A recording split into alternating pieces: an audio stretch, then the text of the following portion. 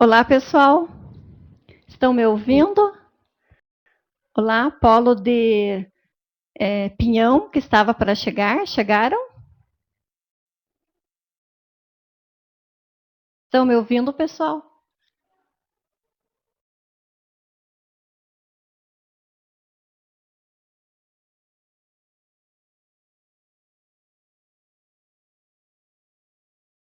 Ótimo, pessoal.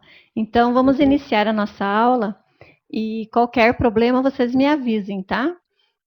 Olha só, eu vou fazer alguns comentários sobre um conteúdo, aliás, sobre vários conteúdos que estão disponíveis no livro de vocês, mas assim são pontos bem importantes que eu gostaria de destacar.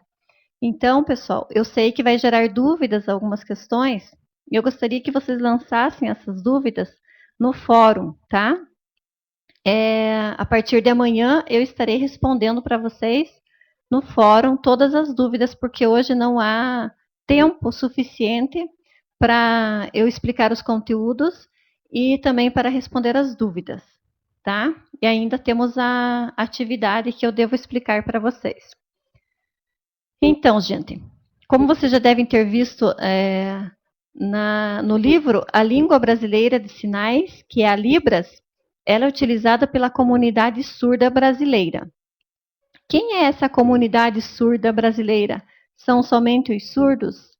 Não, são todas as pessoas que estão, de alguma forma, se relacionando com surdos, né?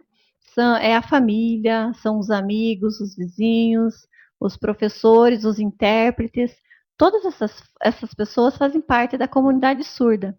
E é muito provável que entre vocês também alguém resolva, né, seguir este caminho da tradução, da interpretação da Libras, ou de repente tornar-se um professor, então, né, de surdos, então você também fará parte da comunidade surda, certo?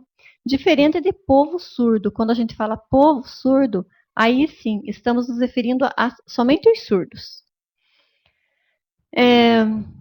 Pessoal, essa lei que oficializou a língua brasileira de sinais, eu gostaria que vocês anotassem.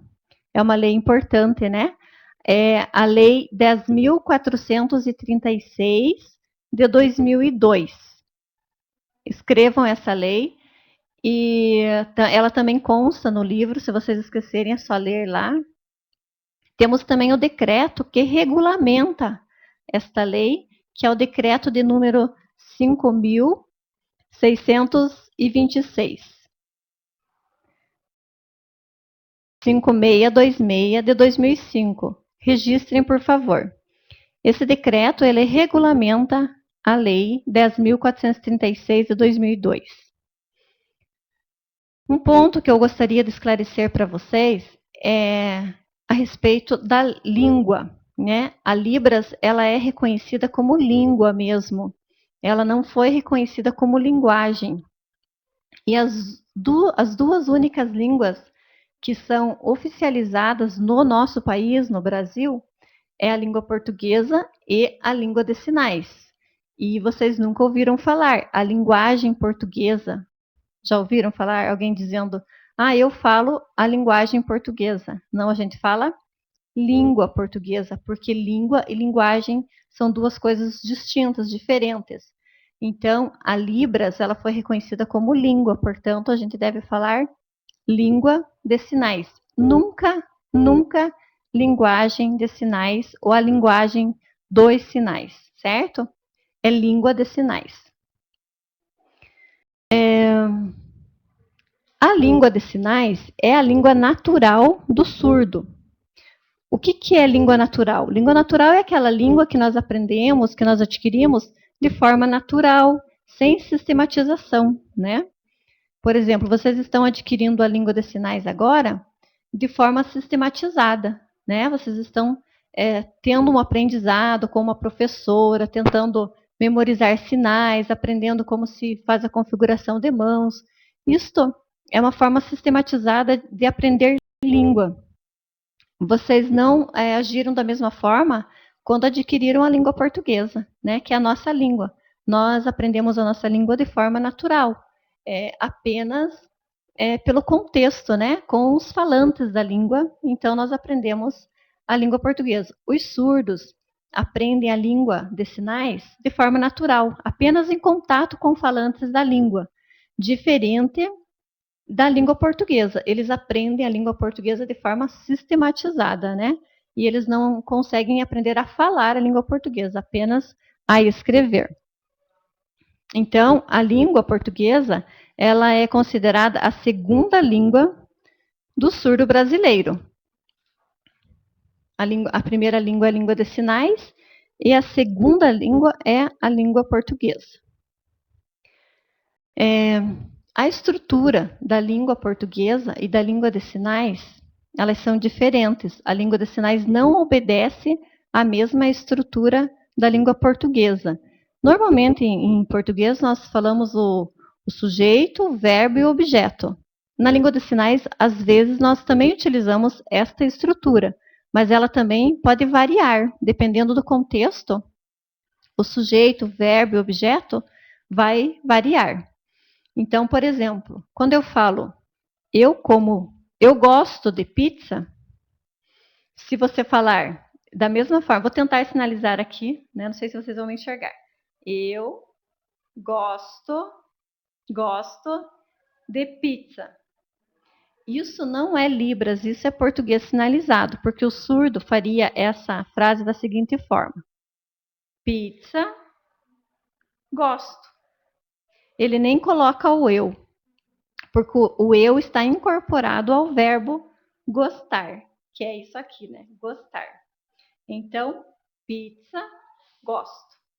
Vejam como já mudou a estrutura. Vou dar mais um exemplo. Maçã, né? Eu gosto de maçã. Eu gosto de maçã. Isto não é Libras, isto é português sinalizado, porque o surdo faz maçã, gostar.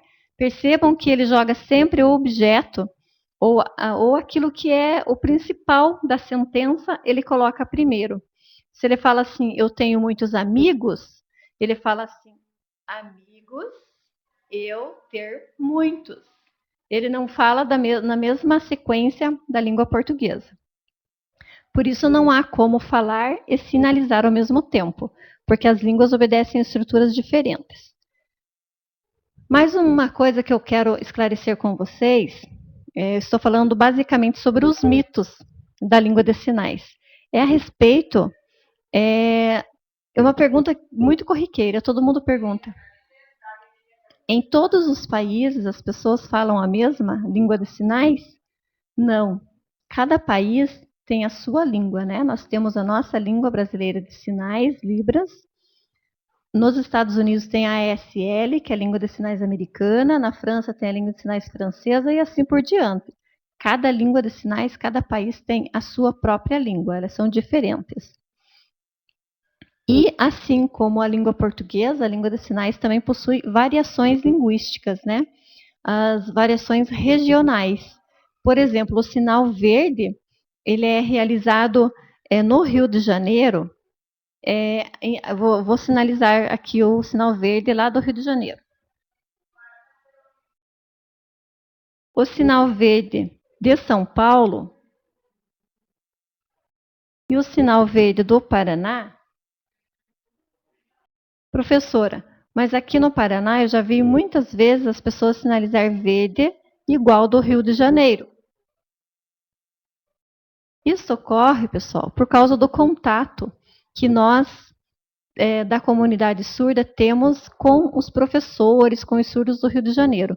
Normalmente são chamados muitos palestrantes, professores do Rio, para vir a Curitiba, né, dar os cursos, ministrar palestras, etc.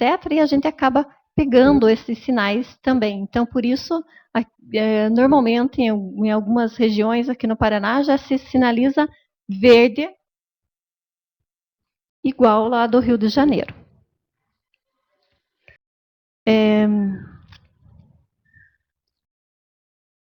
Olha só, em língua portuguesa, nós utilizamos palavras, certo? Na língua de sinais, quando eu faço, por exemplo, boi, isto não é uma palavra. Isto é um sinal, certo? Então, na língua portuguesa usamos palavras e na língua de sinais usamos sinais. Tem um linguista chamado William Stuck, ele também está no livro, no segundo capítulo. Ele, por meio dos estudos, descobriu que as línguas de sinais são processadas do mesmo lado do cérebro que as línguas orais, ou seja, do lado esquerdo do cérebro. Se as línguas de sinais fossem apenas gestos, mímicas, pantomima, como muitas pessoas pensam, elas seriam processadas do lado direito do cérebro, que é a parte que comanda as artes e não a parte da comunicação, porque a comunicação está localizada do lado esquerdo. O que isso significa? Significa que o mesmo processo mental que nós fazemos para falar, os surdos fazem para sinalizar. Então, os surdos não sinalizam aleatoriamente, simplesmente jogando sinais no espaço. Não, eles fazem um esforço mental para produzir a sentença, né, a estrutura frasal, de forma que a outra pessoa entenda o enunciado. Então, isso que eu estou fazendo aqui com vocês, eu também estou fazendo um processo mental bem esforçado, né? Porque a gente, mesmo que inconsciente, nós não percebemos que nós fazemos esse esforço mental ao falar, mas a gente procura o vocabulário mais adequado, a forma que deixa aquela mensagem mais clara. Então, esse mesmo esforço mental, esse mesmo processo ocorre na sinalização. Gente, isso é muito interessante, porque isso dá às línguas de sinais o status de língua mesmo. Porque se elas fossem apenas gestos, porque muitas pessoas pensam, a língua de sinais é só você ficar fazendo alguns gestos. E não é isso, né? Ela tem que obedecer a regras, a uma estrutura, ela tem mecanismos de língua. Então, ela tem o status de língua justamente por ela ser produzida do mesmo lado que as línguas orais e por ela ter todos os elementos pertinentes de uma língua. Então, por isso, nós nunca podemos pronunciar os gestos dos surdos ou a linguagem dos surdos, mas língua, sempre língua.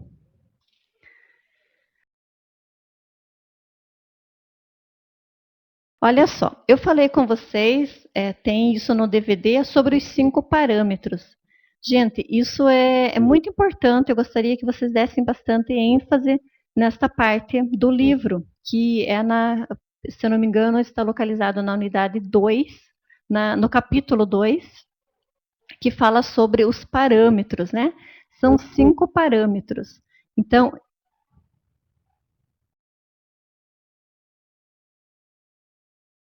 olha só, Goiôerê está dizendo que perdeu uma parte da aula, né? Mas eu acredito que esta aula está sendo gravada, então depois vocês podem assistir novamente. E se der tempo, eu retomo a primeira parte da aula Goiôerê, tudo bem? Eu só vou continuar aqui e aí, se der tempo, eu explico novamente a primeira parte. Então, pessoal, sobre os parâmetros que eu estava falando, existem 5 parâmetros, né? O primeiro é a configuração de mãos, que é a forma que a sua mão vai ficar na hora de realizar um sinal. Então, para simplificar, para vocês entenderem direitinho, é o desenho que a sua mão vai tomar na hora de sinalizar. Então, para fazer o sinal de Alemanha, por exemplo, é isso aqui, né? Alemanha, ontem, ter, essa configuração. Uma vez um aluno me perguntou, professor, então porque existem 75 configurações de mãos, e o aluno perguntou para mim, então existem 75 sinais? Não, né, pessoal, não daria para fazer uma comunicação com surdos sobre tudo, né, sobre coisas abstratas, concretas, se nós tivéssemos apenas 75 sinais. Seria a mesma coisa que pensarmos assim, temos 75 vocabulários para fazer uma comunicação. Não é possível, né? Porque veja aqui, nesta aula quantos vocabulários que a professora já utilizou. Então, na língua de sinais também, eles utilizam muitos sinais. Então, essas 75 configurações de mãos, quer dizer que com uma única configuração de mãos, eu posso gerar vários sinais, tá? Assim, é infinito como, né, como vocabulário em língua portuguesa. Então, o primeiro parâmetro são as configurações de mãos, que são as formas que as mãos tomam na hora de realizar um sinal, né, o desenho da mão. E temos também a locação. Locação lembra local, lembra lugar. E também recebe o nome de ponto de articulação. Então, é o local onde a sua mão vai. É o local que você vai colocar a sua mão configurada, né? Se eu tenho esta configuração em Y e eu resolvo colocá-la no meu queixo, eu tenho o sinal de desculpar. Com esta mesma configuração, se eu colocar um pouquinho mais acima, no nariz, vai significar azar. E se eu colocar a minha mão na testa e fazer este movimento, vai significar bobo. Se eu colocar aqui e girar para trás, vai significar boi. E se eu quiser fazer assim com as duas mãos, vai ser salto. E assim, gente, tem uma infinidade de sinais que eu posso produzir com essa configuração de mãos em Y, da mesma forma, com esta aqui, com esta, e assim, lá no livro tem todas as configurações. O terceiro parâmetro está relacionado com o movimento. Nós sabemos que alguns sinais têm movimento e outros sinais não têm movimento. Né? Por exemplo, vou fazer água, tem movimento. Quando eu fiz o sinal de desculpar não tem movimento. Amigo também não tem movimento. Se você vai fazer borboleta com as duas mãos, eu estou usando o microfone, está bem complicado de segurar o microfone e sinalizar ao mesmo tempo. Então, você vai ter movimento. Então, alguns sinais têm movimento e outros sinais não têm movimento. E o quarto parâmetro é a orientação. É a orientação que a palma da mão toma na realização do sinal. Então, a sua mão pode ir para baixo, né? Pode ir para cima, né? O verbo ir, o verbo mandar, o verbo viajar. Então, a orientação é a mesma coisa que a direção. É muito fácil isso. E aí nós temos o quinto parâmetro, que são as expressões faciais, que também recebem o nome de marcadores não manuais. As expressões faciais, gente, elas equivalem à entonação da língua portuguesa. Então, se eu vou sinalizar sem nenhuma expressão, como é que o surdo vai saber quando eu estou perguntando alguma coisa para ele? Como é que ele vai saber quando eu estou afirmando, exclamando e etc, né? Então, as expressões faciais, elas são muito importantes. Não existe comunicação sem expressão, porque às vezes as expressões falam muito mais do que os sinais. Então, tem que ficar muito atento às expressões faciais. Então, são esses 5 parâmetros que eu gostaria que ficasse bem claro na mente de vocês. Outro assunto que eu gostaria de esclarecer a vocês é a respeito das terminologias. É muito comum a gente ouvir a própria mídia, né, gente? A televisão, os jornais, o rádio, pronunciando alguns termos que, na concepção da comunidade surda, são termos errados. Então, é muito bom a gente ficar atento a isso, porque eu sempre digo, se vocês um dia pronunciarem linguagem de sinais ou surdo-mudo, por favor, não digam que foram meus alunos, certo? Então, assim, Surdo-mudo é um termo considerado errado, porque eles não são mudos. Os surdos, eles podem emitir sons. Inclusive, há surdos que falam, né? Eles só não gostam de falar. Não todos, né? Porque a gente nunca pode generalizar. Existem surdos que perderam a audição depois que nasceram, que adquiriram a língua. Esses surdos são falantes, eles conseguem falar, às vezes com algumas trocas de fonemas, mas eles conseguem falar. E todos os surdos, eu não conheço nenhum surdo que seja mudo. Todos os que eu conheço conseguem emitir sons. Eles só não sabem o volume que estão produzindo o som e não conseguem falar porque quem não ouve, como é que vai falar, né, gente? Quando a gente não tem vocabulário de uma língua em nosso cérebro, como é que a gente vai elaborar sentenças? Eu sempre gosto de colocar um exemplo assim. Se eu pedisse para vocês agora elaborar um texto para mim em língua inglesa, né, em inglês, eu tenho certeza que vocês têm, algumas pessoas têm alguns vocabulários apenas e outras pessoas não têm nenhum. Então, como é que vocês vão elaborar esse texto com um número muito limitado de vocabulário? Da mesma forma, se eu pedisse para vocês falarem inglês, né? Vocês iam procurar dentro do cérebro de vocês, dentro da mente, vocabulários para elaborar sentenças e vocês iam perceber que ficariam lacunas, vocês não conseguiriam fazer outra pessoa entender porque vocês não têm o vocabulário em língua inglesa, porque essa não é a nossa língua, a nossa primeira língua, não é a nossa língua natural.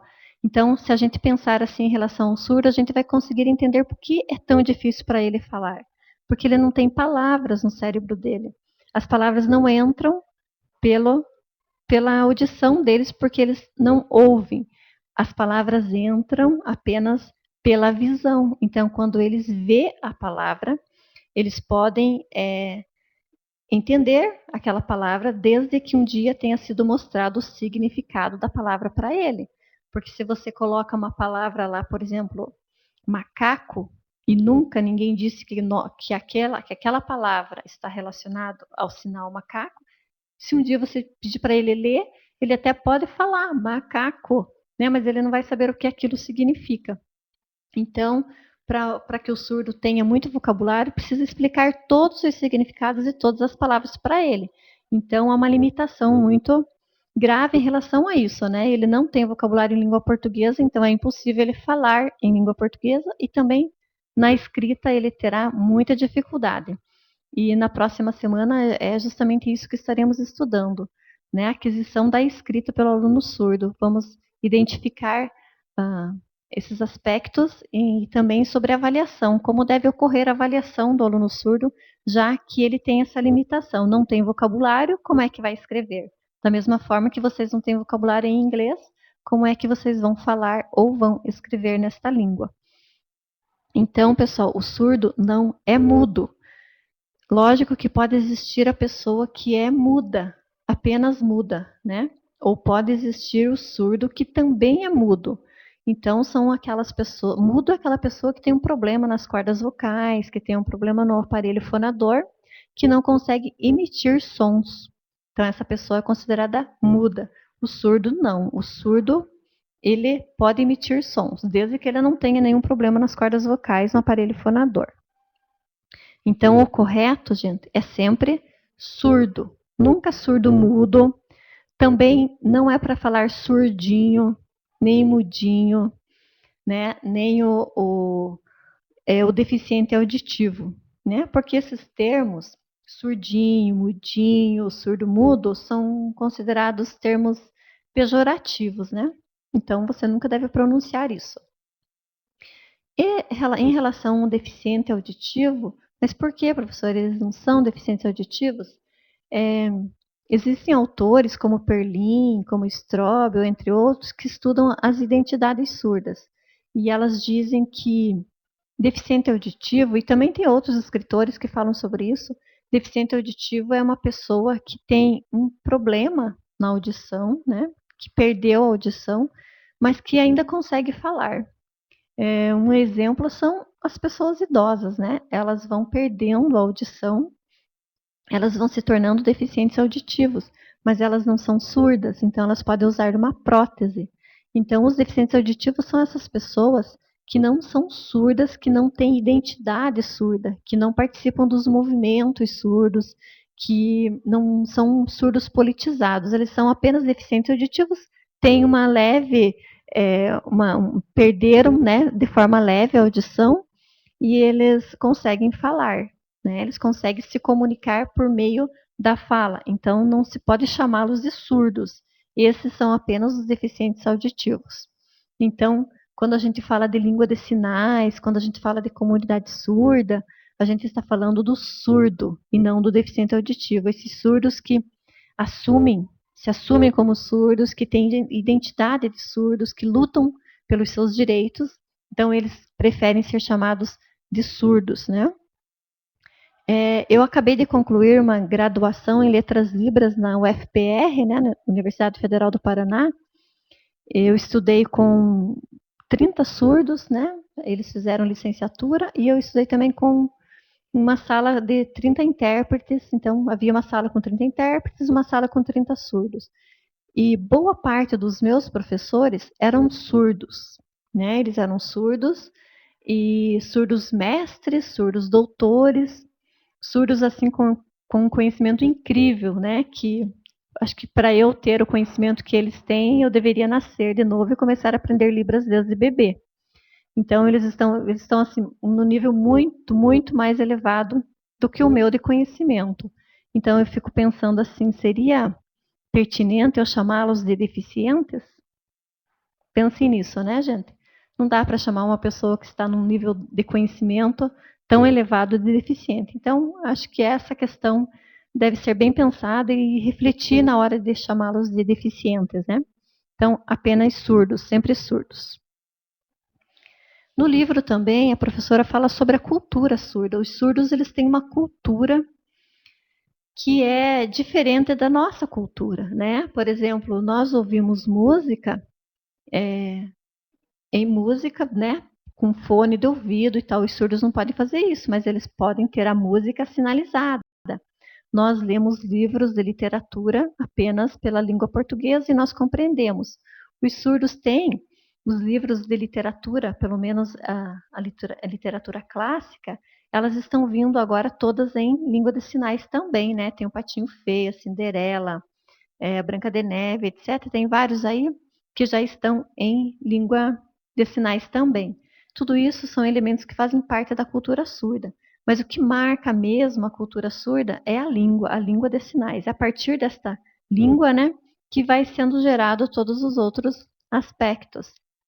Então, eles têm as piadas surdas, eles têm muitas coisas da própria tecnologia que beneficia eles. Não foi criado especificamente para os surdos, mas beneficia os surdos, que é o Facebook, que é o Messenger, né? Que é as mensagens, os torpedos. Tem relógio vibratório, tem sensor de choro para bebê. Isso tudo está citado no livro. Todos esses são elementos que contribuem com a comunicação do surdo, que facilita, são os elementos facilitadores da comunicação dos surdos. Então, os surdos eles também têm uma cultura específica, né? Justamente causado por causa da surdez, eles vivem esta cultura. Olha só, gente, eu gostaria de falar com vocês também um pouquinho a respeito das metodologias. Sempre, sempre existiu a língua de sinais. Até se vocês forem ler lá no livro, bem no comecinho, no primeiro capítulo, fala sobre como os surdos eram tratados no passado e como eles começaram a aprender. Quando a gente vê aqueles professores surdos ensinando, era também por meio da língua de sinais. Então, a língua de sinais sempre existiu. E depois que aconteceu um congresso internacional em Milão, na Itália, eles baniram a língua de sinais, né? Eles proibiram a língua de sinais e adquiriram como método o oralismo. Esse método tinha o objetivo de fazer com que os surdos falassem. Como eu acabei de explicar para vocês, é muito difícil para o surdo aprender a falar, né? Porque ele não está ouvindo, então ele só tem que visualizar a palavra, e ele vendo outra palavra, outra pessoa mexer a boca, é muito difícil para ele fazer essa leitura, porque tem fonemas que são impostados na garganta, que é o caso do carro. Quando você fala carro, o surdo só vê você falar a, o, porque o K e o K, no caso do C, né, e o R, eles estão impostados na garganta. Então não tem como ele visualizar que você está falando isso. Então, essa leitura labial que todo mundo fala, não, é surdo, mas ele não faz leitura labial? É muito difícil para o surdo fazer a leitura labial também, justamente por causa desses fonemas. Aqueles que são impostados aqui no lábio, né, que são bilabial, como mamãe, papai, esses aí eles conseguem ler. Agora, aquelas palavras que são mais, né, que tem os fonemas que são impostados na garganta ou no nariz, é, são mais complicados dele entender. Então, por isso a leitura labial é um mito também. Aqueles surdos que adquiriram a fala, que tiveram uma surdez leve, esses aí vão ter mais facilidade, mas a gente nunca pode generalizar. Então, essa metodologia oralista, ela tinha a finalidade de fazer com que os surdos falassem. E os surdos, gente, eles têm uma tristeza muito grande em lembrar desse tempo, porque se perdeu durante esse tempo 100 anos, né? Ficaram 100 anos tentando fazer com que os surdos falassem. A partir das reprovações, das evasões, e eles começaram a verificar que os surdos atingiam 18 anos de idade, estavam lá ainda no terceiro ano do primário, no quarto ano, sem saber ler, sem saber escrever. Então aí eles chegaram à conclusão de que a metodologia oralista não dá certo, tentar fazer surdos falar não dá certo. Então eles mudaram para a metodologia da comunicação total. Tem que cuidar muito, gente, quando a gente fala em comunicação total, porque quando a gente pergunta qual é a melhor metodologia, as pessoas sempre dizem comunicação total por causa desse total. Esse total significa que os surdos daí começaram a usar todos os artifícios, de todos os elementos para a comunicação. Então, eles poderiam sinalizar, poderiam usar a fala, poderiam usar mímicas, enfim, tudo que fosse pertinente à comunicação. O problema é que essa metodologia também não deu certo. Por quê? Porque gerou o bimodalismo, que era os professores sinalizavam e falavam ao mesmo tempo. O surdo não sabia se ele prestava atenção nos sinais ou se ele prestava atenção na boca do professor. E como vocês já eu acabei de explicar, né, que vocês perceberam que as línguas são diferentes, elas têm estruturas diferentes, então elas não se pode falar e sinalizar ao mesmo tempo. Eu sou professora de português e eu nunca pude dar aula de língua portuguesa onde estavam os meus alunos incluídos, porque eu não podia interpretar em língua de sinais e sinalizar ao mesmo e falar ao mesmo tempo. Então, é uma coisa que você não dá para fazer junto. Por isso, a comunicação total também não foi um método que trouxe benefícios, né? E depois surgiu o bilinguismo, né? E atualmente esta é a metodologia que nós utilizamos nas escolas. É a metodologia bilíngue, que é a utilização de duas línguas. No caso do Brasil, é a língua de sinais, a língua brasileira de sinais, e a língua portuguesa escrita, né, gente? É bom lembrar disso, que o surdo deve ter acesso à língua portuguesa escrita, porque a oral é impossível e também fazê-los falar é impossível. Então, o bilinguismo é, atualmente, a metodologia que está sendo utilizada em todas as escolas brasileiras. Há também uma metodologia chamada de pedagogia surda. Essa pedagogia surda não consta neste livro que vocês têm. Mas eu vou falar um pouquinho dela, porque um dia vocês podem ouvir falar e vão ficar pensando, mas o que é isso? A pedagogia surda, gente, consiste em o surdo trabalhar com o surdo. Ou seja, o surdo professor vai ensinar o surdo. Então, esta é a metodologia mais desejada pelo povo surdo, porque eles querem estar juntos com os pares, né? Eles, para adquirir a cultura, surda, ele tem que viver junto com o surdo. Como é que a gente adquire uma cultura? Nós temos uma cultura porque nós estamos em contato com ela, né? Então, nós aprendemos a gostar de futebol, de carnaval, e nós nos vestimos desta forma, usamos o cabelo desta forma, justamente por causa da nossa cultura. Porque se nós estivéssemos em outro país, nós seríamos pessoas totalmente diferentes, nós falaríamos outra língua, né? Usaríamos o cabelo de outra forma, a comida seria diferente. Então, da mesma forma, o surdo, né? Só um pouquinho. Então, por isso, eles precisam desse contato para eles ter essa cultura. Então, por isso, eles acham que a melhor forma de aprender é estar em contato, do surdo criança aprender a estar em contato com o professor surdo adulto. Isso, gente, nesse processo que estamos vivendo agora, né, esse processo de transição da inclusão, vindo das escolas especiais para a inclusão, essa metodologia, ela não dá muito certo, porque o professor que é surdo, ele vai poder dar aula apenas para o surdo, e aí ele não vai ter uma comunicação com os ouvintes.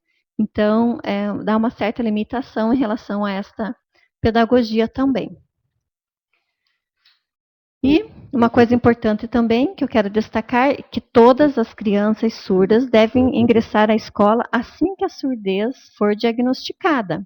Se ela for diagnosticada com um ano ela já deve receber a estimulação da língua. Porque quando ela chegar na idade escolar, ela tem que ter uma língua. É impossível uma criança chegar na idade escolar e ser alfabetizada se ela não tiver uma língua, né? E a melhor língua para o surdo, sabemos, é a língua de sinais. É por meio dela que ele vai se sentir um cidadão, né? Uma pessoa útil, uma pessoa feliz, uma pessoa independente, autônoma. É por meio da língua de sinais. Outras tentativas é perder tempo. Também uma questão bem importante é sobre o tradutor e intérprete de Libras, né, gente, que é o profissional que oferece o suporte pedagógico à escolarização de alunos surdos por meio da mediação linguística. Então, ele faz a mediação entre surdos e ouvintes e vice-versa, né? Então, tudo que se é falado dentro de uma sala de aula é o intérprete que passa para o surdo, né? Então, essa questão do intérprete também é bem importante. Olha só, pessoal, eu vou explicar agora a atividade para vocês e em seguida eu tento retomar o primeiro item lá, porque Goiôerê pediu e eu sei que eu tenho um tempo bem limitado aí, porque a estagiária de Guarapuava, se eu não me engano, ela deve sair 21 horas, né? Então agora já está quase no horário dela.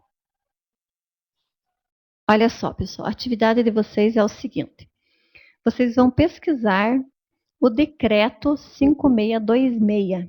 Então, é só vocês irem no Google, digitarem decreto 5626/2005. Vou repetir. Decreto 5626/2005. Olha só, eu quero que vocês façam uma análise desse documento, que é o último documento que saiu em relação à área da surdez. Eu quero que vocês destaquem pontos importantes que vocês consideram importante. E eu quero que vocês digam para mim, nesta análise, se esses pontos que vocês verificaram em alguns artigos, se ele está de fato ocorrendo. Se está ocorrendo em todas as escolas ou se apenas em algumas instituições e como isso está acontecendo. Se não está acontecendo, por que não está acontecendo? E eu gostaria que vocês dessem sugestões para que, de fato, acontecesse, né? Que esta lei, esse decreto, fosse colocado em prática, que vocês dessem sugestões. Esse decreto ele fala sobre a Libras, né, ser disciplina obrigatória na grade curricular, fala sobre a questão do intérprete, fala algumas questões sobre acessibilidade.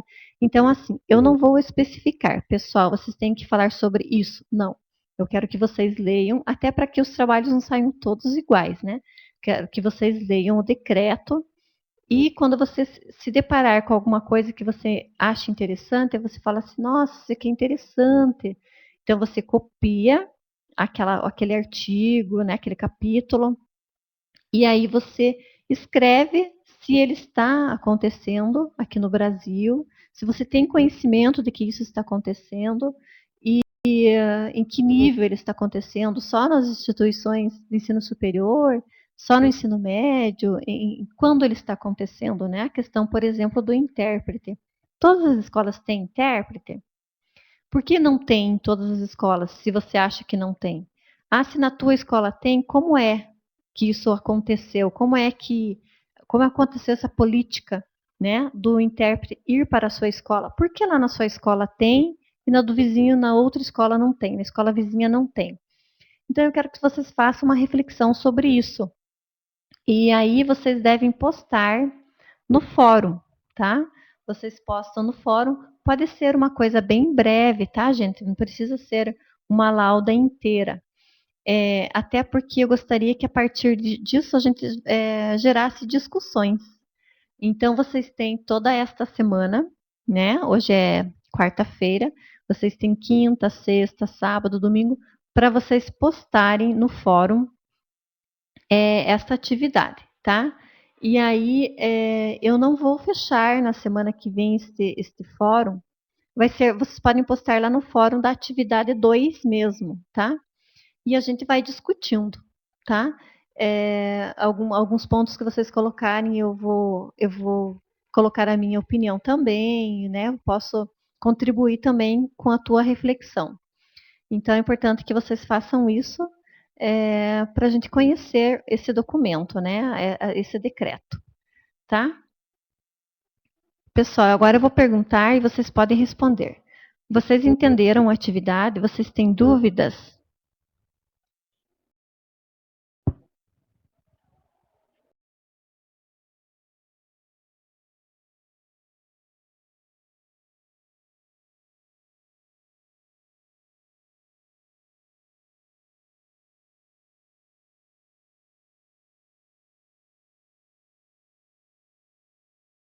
Polo de Lapa não entendeu a atividade? O que vocês não entenderam? Qual dos pontos? Prudentópolis entendeu? Ótimo, muito bem. Olha só, eu acredito que até domingo é um tempo muito curto para vocês, porque eu estava pensando aqui quinta, sexta, sábado, domingo, só 4 dias. E eu sei que tem pessoas que até já postaram no fórum que só podem realizar as atividades no domingo. Então, este é um fórum que vai ficar aberto, né? Vai ficar aberto até o final da disciplina.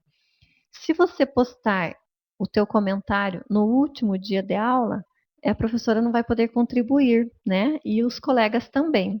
E de repente você vai postar uma reflexão bem importante para todo o grupo. Então, quanto antes você postar, mais rápido nós podemos discutir sobre a tua reflexão. Porque às vezes a gente pode ter uma visão, né, que ela está correta, né, sugerir alguma coisa, mas também a gente pode ter uma visão que está distorcida e os colegas, né, até a própria professora pode ajudar nestas reflexões. Então, eu gostaria que vocês postassem assim até terça-feira, no máximo da semana que vem, porque na próxima semana é a nossa última semana. Então, para que dê tempo da gente refletir sobre o documento.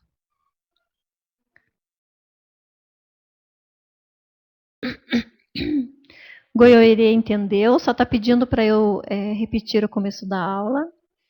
Polo de Lapa não entendeu. Polo de Lapa tem dúvidas ou não tem dúvidas? Ah, entendi agora. O Polo de Lapa não tem dúvidas, que bom. O decreto, eu vou repetir, e também esse decreto, pessoal, está no livro, mas eu posso amanhã colocar no fórum também, tá? O decreto é 5626/2005. A postagem pode ser até na semana que vem, na terça-feira, tá? Posta no fórum. Pessoal, não fiquem esperando o colega postar para se basear, né? Porque eu gostaria de ver mesmo a reflexão tua, a tua reflexão a respeito desse documento, que é bastante importante. O decreto 5626/2005, certo? Bem rapidinho, eu vou repetir agora o início da aula para o polo de Goiôerê, né, que perderam o início da aula. O que eu falei no início da aula foi a respeito da língua. A língua brasileira de sinais, ela foi reconhecida no Brasil como língua e não como linguagem. Então, é errado a gente falar linguagem de sinais, porque ela foi reconhecida e oficializada como língua, assim como a língua portuguesa, né? Então, nós só temos duas línguas oficiais no Brasil, que é a língua portuguesa e a língua de sinais. O correto, então, é sempre língua de sinais. E ela foi oficializada pela Lei 10.436 de 2002, tá? E ela foi regulamentada por esse decreto que vocês vão pesquisar, que é o decreto 5626. Esse é o último documento que saiu em relação à área da surdez. Por isso vocês vão pesquisá-lo e vão refletir sobre alguns aspectos que consta lá, né, que vai te chamar a atenção e vamos discutir no fórum. A língua de sinais é a língua natural do surdo, porque língua natural é aquela língua que nós não precisamos de sistematização. Nós precisamos apenas estar inserido naquele contexto linguístico. Quando o surdo está inserido num contexto que haja a língua de sinais, ele vai aprender automaticamente a sinalizar. Mas ele precisa desse contato, seja com o professor, seja com o intérprete, seja com o professor surdo, com amigos surdos, mas ele precisa do contato com a língua para aprender. Ele não aprende sozinho assim, né? Não tem como mesmo, porque assim como nós, quando nascemos, não aprendemos sozinhos a falar, nós aprendemos ouvindo a mãe, o pai, o vizinho, a avó, avô, etc. E a gente foi aprendendo, né, imitando e fomos aprendendo a falar, fomos armazenando vocabulários em nossa mente, e assim por isso hoje nós podemos falar com tantos sinônimos, né? Nós temos sempre muitos sinônimos. A língua portuguesa para o surdo é considerada língua 2, né? Aqui no Brasil. É a segunda língua. E a língua de sinais é sempre considerada a primeira língua do surdo. Goiôerê. Até aqui que vocês não haviam entendido ou não haviam ouvido?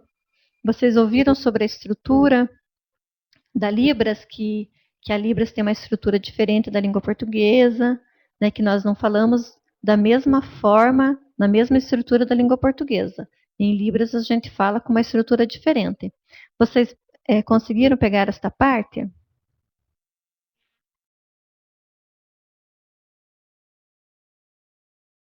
Goiôerê? Falta alguma coisa? Lembra do exemplo da pizza e da maçã que a professora deu?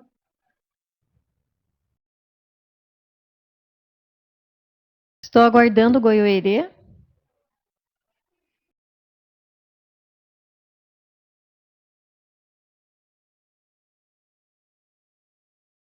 Polo de Goiôerê, por favor, vocês têm mais alguma dúvida?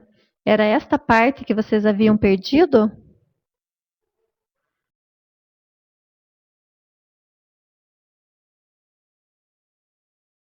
Olá, Goiôerê.